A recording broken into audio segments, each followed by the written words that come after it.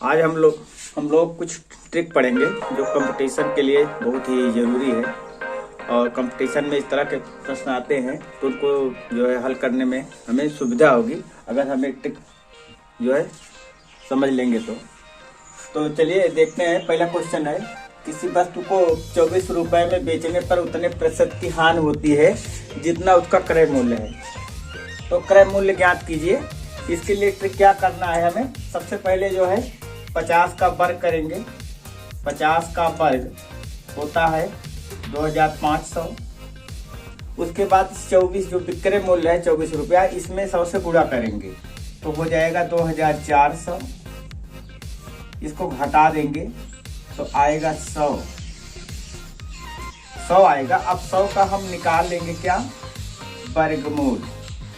कितना आएगा, 10 आ गया। अब इस 10 को 50 से घटा देंगे। 50 माइनस 10 आ गया 40। यही 40 रुपया क्या था, क्रय मूल्य था। इस तरह से ये प्रश्न हल हो गया। अब इसी तरह से मिलता जुलता दूसरा प्रश्न है, किसी पेन को 9 रुपए में बेचने पर उतने प्रतिशत की हानि होती है जितना उसका क्रय मूल्य है। तो हानि प्रतिशत ज्ञात कीजिए। अब तक हम इसमें क्रय मूल्य ज्ञात कर रहे थे, प्रश्न सेम उसी तरह से है, तरीका भी वही लगाने का है। यहाँ पर क्रय मूल्य नहीं निकालना है, यहाँ पर हानि कितने प्रतिशत की हानि हुई, हानि का प्रतिशत निकालना है। तरीका वही, 50 का वर्ग करेंगे। 50 का वर्ग करेंगे 2500 होगा। अब जो विक्रय मूल्य 9 रुपया है, इसको 100 से गुणा करेंगे तो 900 हो जाएगा। इसको घटा देंगे 1600 आएगा। इसका वर्गमूल ले लेंगे तो आएगा कितना, 40। अब इस 40 को 50 से हम क्या करेंगे, घटाएंगे। 50 से जब 40 घटाएंगे आएगा 10। अगर क्रय मूल्य पूछता तो हम क्या करते हैं, यहाँ 10 रुपए लिख के उत्तर लिख देते थे, लेकिन यहाँ प्रतिशत पूछा गया है, हानि का प्रतिशत, इसमें प्रतिशत लगा देंगे, यानी 10% की हानि हुई। इस तरह से ये प्रश्न भी हल हो गया। और अगला प्रश्न देखो, इसी से मिलता जुलता है।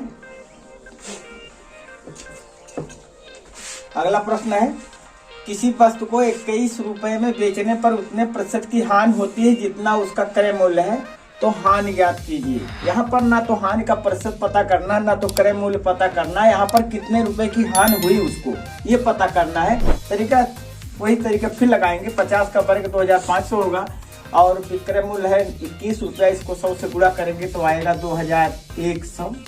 इसको घटा देंगे, घटाने पर आएगा 400। इसका वर्गमूल ले लेंगे तो आएगा 20। अब इस 20 को 50 से घटा देते हैं। 50 से जब 20 घटाएंगे तो आएगा 30।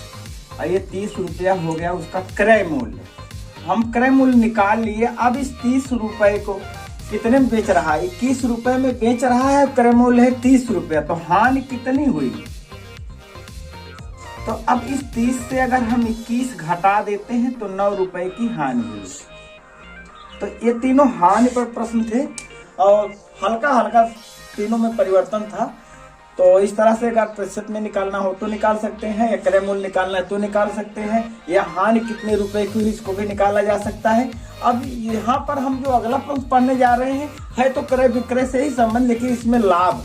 तो लाभ में क्या करेंगे, क्या फार्मूला लगाएंगे जो कि यहाँ हल्का चेंज हो जाएगा। चलो देखते हैं अगला क्वेश्चन क्या है। किसी वस्तु को 39 रुपए में बेचने पर उतने प्रतिशत का लाभ होता है जितना उसका क्रय मूल्य है। तो प्रतिशत लाभ ज्ञात कीजिए, नहीं सॉरी, क्रय मूल्य ज्ञात कीजिए।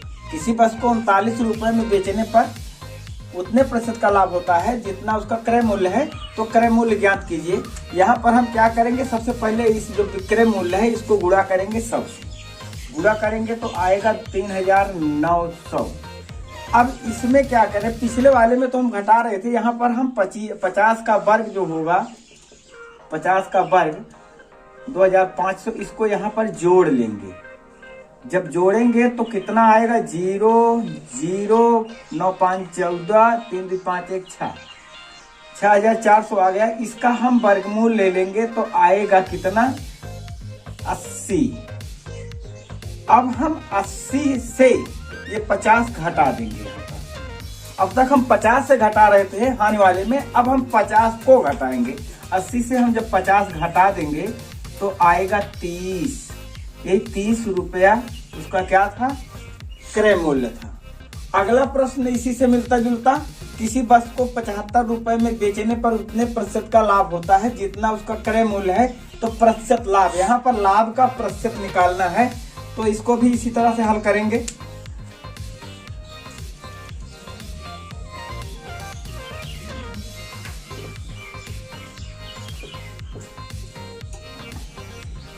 पहले हम 75 में 100 से गुणा करेंगे, 7500 हो गया।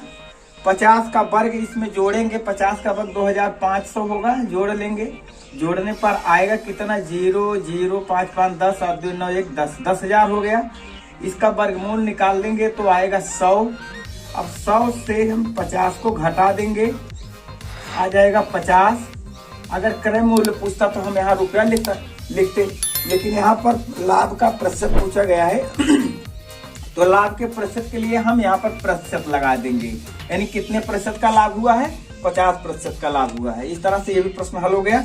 अगला प्रश्न इसी से मिलता जुलता, किसी पेन को 13.44 रुपए में बेचने पर उतने प्रतिशत का लाभ होता है जितना उसका क्रय मूल्य है, तो लाभ बताओ। यहाँ पर न तो क्रय मूल्य निकालना है न लाभ की दर निकालना है, सीधा सीधा लाभ पता करना है कितने रुपए का उसको लाभ हुआ।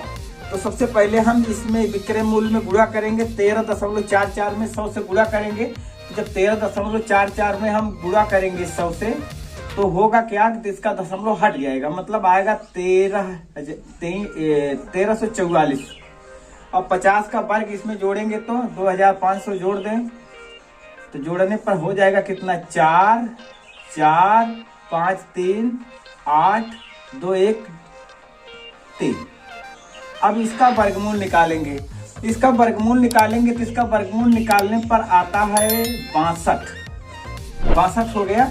अब इस 62 से क्या करेंगे, जो 50 का वर्ग यानी 50 घटा देंगे तो आएगा कितना, 12 रुपया उसका हो गया क्रय मूल्य होगा 12 रुपया। और विक्रय मूल्य हम कितना पाए थे, 13.44। अब इस 13.44 से 12 को घटा देंगे, 0.00, तो 441, यानी 1.44 रुपए का लाभ हुआ है। तो इस तरह से ये तरीकों से हम जो है लंबे प्रश्न जो है जो परीक्षाओं में आते हैं, तो उसको हम सेकेंडों में कर सकते हैं। और अगला प्रश्न है,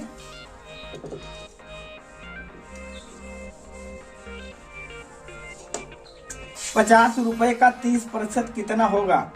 यहाँ पर 50 रुपया है, इसका 30% कितना होगा, इसके लिए सीधा तरीका है कि दोनों को गुणा कर दो। 50 और 30 का गुणा करेंगे, कितना आएगा, 50 × 30, 2 जीरो लगा देंगे, 5 × 15, इतना हो गया। अब इसके बाद हमें कुछ करना नहीं, केवल 2 अंक के बाद दशमलव, मतलब इधर से दाहिनी तरफ से गिनेंगे, 2 अंक जहां आएगा वहां पर दशमलव लगा देंगे। तो इस तरह से इसका उत्तर मिल गया 15। अगला प्रश्न इसी से मिलता जुलता, 45 का 15% कितना होगा। 45 और 15 का क्या करेंगे, गुणा कर देंगे। 45 और 15 का गुणा करेंगे तो 15 × 5 = 75 होता है, 15 × 4 = 60 और 7 × 67, 675 हुआ। इधर दाहिनी तरफ 2 अंक पर दशमलव लगा देंगे, ये उत्तर हो गया। अब जैसे मान लीजिए यहाँ पर दशमलव के बाद 0 0 है, तो हम 0 को नहीं लिखेंगे, 15 इसका उत्तर हुआ। लेकिन यहाँ पर दशमलव के बाद 0 नहीं, इसलिए इनको पूरा लिखेंगे। इस तरह से किसी भी संख्या का अगर हमें प्रतिशत ज्ञात करना हो तो इस तरीके से हम प्रतिशत जो है जल्दी से निकाल सकते हैं। वीडियो कैसा लगा कमेंट बॉक्स में जरूर बताएं, और वीडियो को लाइक करें, शेयर करें, और अगर चैनल को सब्सक्राइब ना करें तो जरूर करें।